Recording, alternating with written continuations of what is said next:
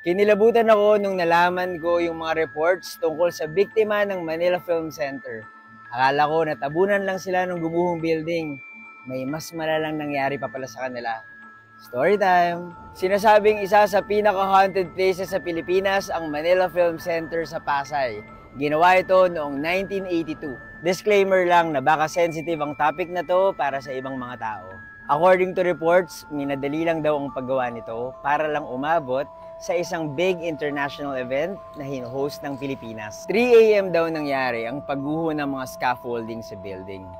Devil's Hour. May mga natabunan daw ng bato, pero mas nagulat ako nung nabasa ko yung mga sumunod na balita sa reports. Ako nga pala si Buji at mahilig ako mag-storytime. Kung di nyo pa ako fina-follow, follow nyo na ako. May video daw na nag-surface a few years after the incident. Sa video, pinakita na may natrap na trabahador sa basang semento. Natabunan yung kalahati ng katawan niya mula bewang hanggang paa.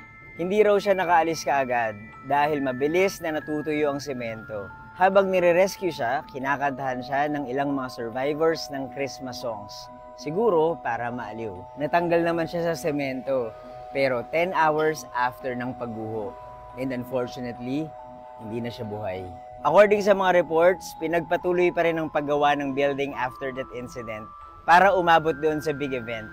At sabi pa nung isang official, nung big event na yon, sa kamamadali, meron daw mga ibang na-trap na tinanggal na lang yung exposed na katawan at hinayaan na lang yung ibang parte ng kanilang bodies sa ilalim ng semento. Kaya kinakabahan ako every time na dumadaan kami doon sa may Manila Film Center kasi baka mamaya may marinig kami na may kumakanta ng Christmas songs.